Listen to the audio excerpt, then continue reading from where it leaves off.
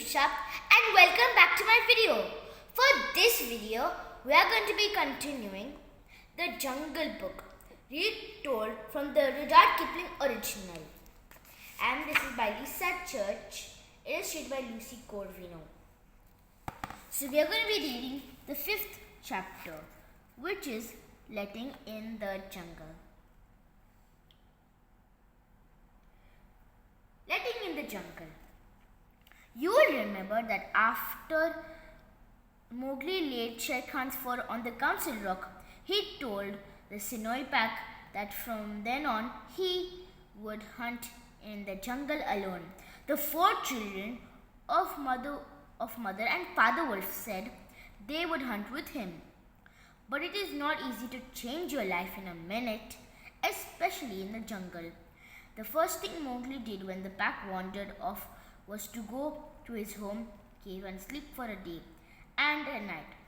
Then he told mother and father wolf as much as he could about his adventures living among men. These stories made his mother upset. "I'm glad I did not see the poor way they treated you," said Mother Wolf sadly. "Leave men alone," said Father Wolf. Balu and Bagheera both answered back, "Leave men alone." Mowgli put his head on Mother Wolf's side and smiled. "I never want to see, hear or smell men again." "But what if men don't leave you alone, little brother?" asked Akela. "Then we will help Mowgli," snapped Grey Brother. "Little brother," continued Akela, "a man with a gun is following our path now, and men don't carry guns for fun." "But why? The men have already thrown me out of their group. What more do they need?" Mowgli asked, his voice full of anger. "You are a man, little brother," Akela said. "You should know the answers, not us." All of a sudden, Akela sat up and stared into the distance. "Man," he growled. The 4 cubs said nothing but ran down the hills on their bellies. Mowgli followed, cutting through the jungle until he came upon Buldeo in the distance. The man was tired and ready for a rest.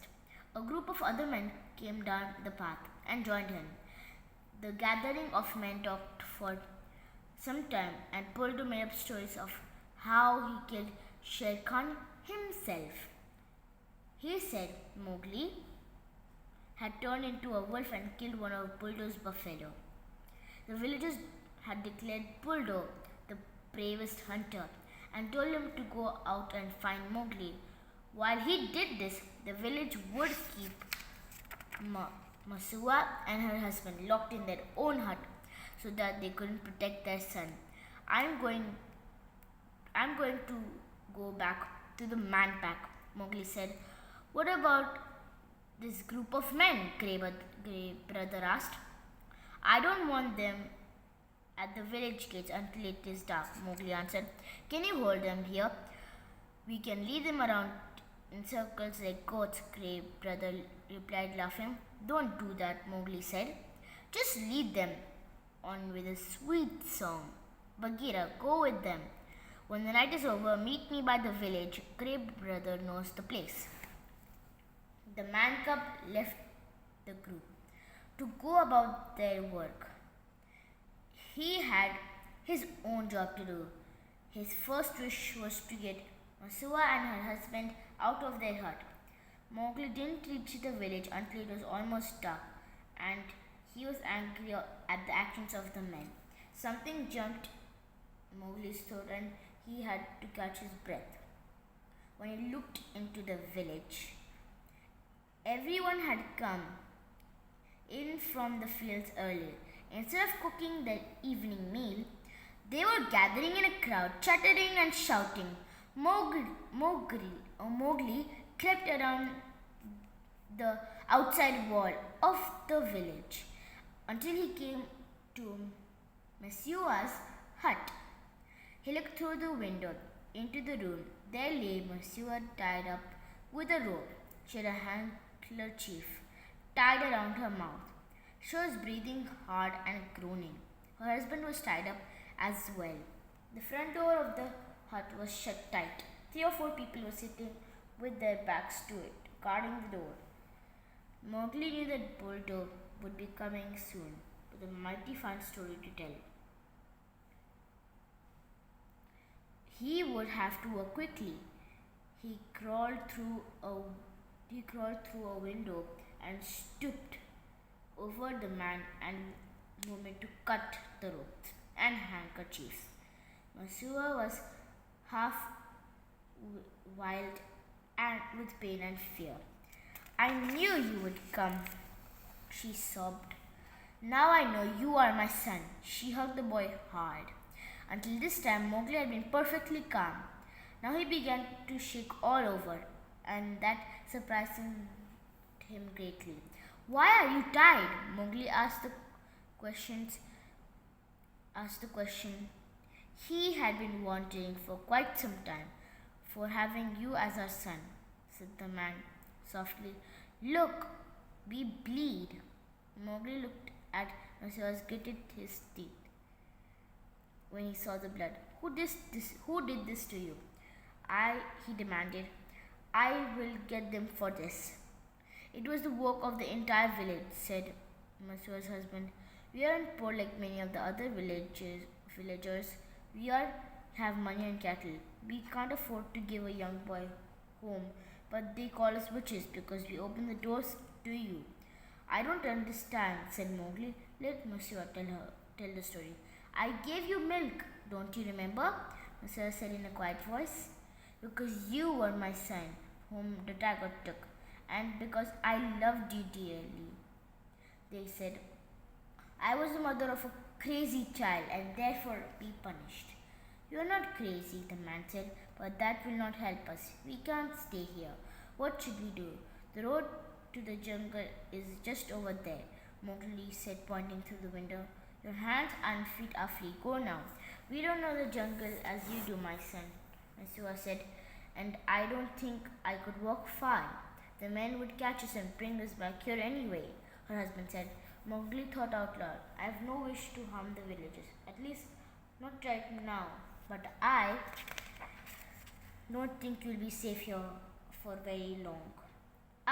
He lifted his head and listened to shouting and trampling outside. The wolves have let Bolto come home at last. He was sent out this morning to find you, Masua cried. Did you meet him? Yes, I met him. He has a story to tell the villagers. While he's telling, there will be time to do much. But first, I know what they mean to do to you. I will be back. Mowgli leapt through the window and ran along the wall of the village until he could hear the words coming from the crowd. Bolto was lying on the ground, coughing and groaning. Everyone was asking him questions. His hair had fallen around his shoulders. His hands and legs were skinned from climbing up trees, and he could hardly talk. He mumbled words about a wolf boy to interest the crowd, and then called for water. Men are so dumb, he whispered as he turned to run back to the hut. He knew no one would leave to check on Masua until they had heard Bolto's story. Just as Mowgli was about to climb back through the window, he felt a touch on his foot. Mother Wolf, he said, for he knew her tongue well. What are you doing here? I would like you to see the mother who first gave you milk, she said. They tied her up and tried to keep her from helping me, but I cut her loose. But she must hide. She can run through the jungle with her man. I will follow her, Mother Wolf said, as she stood to look in the window of the dark hut. No one will hurt her. She dropped back to the ground. Her face was sad. Perhaps it's true. Man will always go back to man. Maybe, said Mowgli, but I'm not thinking about that now. Stay down so Masua won't see you. Mowgli swung into the hut again. told Monsieur and her husband what was happening, the crowd of men is listening to Bulldog tell stories that never happened. When his talk is over, they will come here. They plan on burning the hut. I've spoken to my husband, said Monsieur. Kaniwara is 30 miles away from here. There are good people and who do not harm others. If we can get there tonight, we will live. If not, we die. Mowgli helped Monsieur and her husband out the window of the hut. Do you know the trail to Kaniwara? He whispered. They nodded. Go. Good. Remember not to be afraid. And there is no need to hurry. I will slow them on this end. Now go. Messua flung herself sobbing at Mowgli's feet, but he lifted her very quickly. She put her arms around his neck and called him every sweet name she could think of, until her husband called her away. Messua and her husband went off toward the jungle, and Mother Wolf leapt from her place of hiding. Follow, said Mowgli, and make sure that all the jungle knows these two are safe. I will call Bagheera. Not long after they left, Bagheera appeared out of darkness at Mowgli's feet. I am glad you are here, Mowgli said. Where are my brothers? I don't want any of the man pack to leave the gates tonight. What do you need 4 cups for? Asked Bagheera, his eyes blazing, pouring louder and louder. I can hold them, little brother. I am Bagheera in the jungle, in the night, and all my scent is in me. Why, I could make a man flat as a dead frog with one swipe of my paw.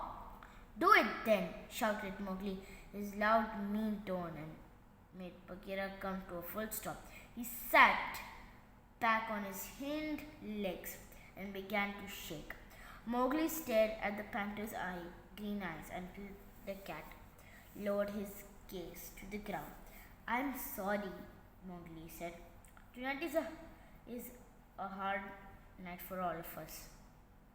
Mowgli and the panther lay down, resting their mind and their legs. They are very long at their talk. Mowgli said, thinking of Buldeo and the villagers. They should be here soon for the women and men. Won't they be surprised to see they are gone? And who better to find their place than me? Said the panther. I don't think they would try to tie me up. Mowgli laughed. Be careful then. The panther took his place in the hut, while Mowgli waited outside. Within minutes, the crowd of villagers arrived. Burn the hut!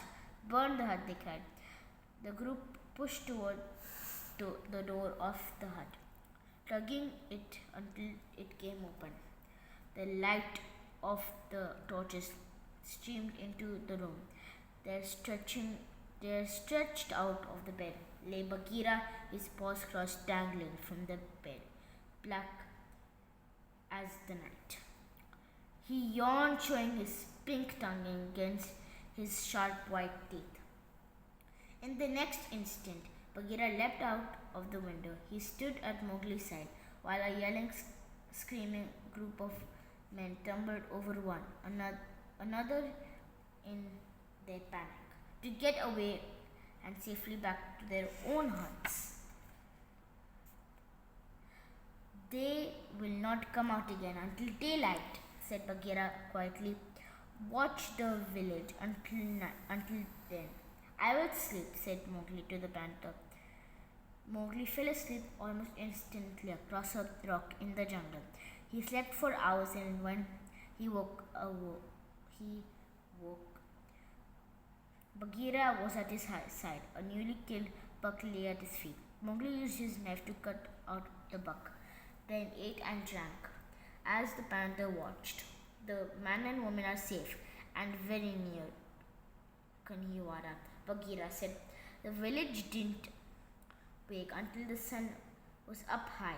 This morning, they ate their food and ran quickly back to their houses. Did they see you? Mowgli asked. Maybe, said the panther, but what does it really matter, little brother? There is nothing more to do. Come hunting with me and Baloo. We want you back with us like in the old days. The, the man and woman are safe. All goes well in the jungle. Let's forget the man cub. In a while, said Mowgli. First send Hathi and his three sons to see me tonight. He knows of villages where man take over. Bagheera found the elephants and together they went to see Mowgli. What do you need? Asked Hathi. You know the village of the man pack that threw me out. They are mean and senseless. They kill for sport. They hurt one another. I have seen this with my own eyes. It is not good for them to be here anymore, said Mowgli. What shall we do? Hathi asked, wondering why Mowgli called for him. Why, we need to let the jungle in upon the village, Mowgli said slowly. Bagheera shivered. That was not what he would have done. Letting the jungle in, let the man run as the men in other places have run from the field, until we have enough rainwater on the leaves, until the bucks chink at the tank behind the temple. Let the jungle in, Hathi. It took days, but all the animals of the jungle joined in. The deer helped break down the dams, and the village flooded. Grazing grounds and crops were ruined. The wild pigs destroyed what the deer didn't get to do. The men's last hope was to live on their stored corn seed until the rains came. But while the men were working, Hathi's sharp tusks ripped open the corner of the mud house where the seed was stored. Now it was destroyed as well. Thinking that the gods of the jungle were against them, the villagers gave up. The cries of the elephants and other animals no longer bothered them, for they had no more to be scared of. The corn on the ground and the seed in the ground had been taken. The fields were already losing their shape. It was time for them to head for Kanhiwara as the last family moved out. They heard a crashing fall of beams and walls. It was Hathi pulling off their houses. The jungle will swallow these little huts, said a quiet voice, in good time. Mowgli, Hathi replied. The father and his three sons pushed the village wall until it slipped and fell. The villagers, watching in horror, they ran down in the valley crying as their homes fell down behind them. A month later, the place was a small bump covered with soft green grass. By the end of the rainy season, no one would ever guess that a man-pack had lived there just 6 months ago. Thank you everyone for seeing my video. Please like and subscribe my channel.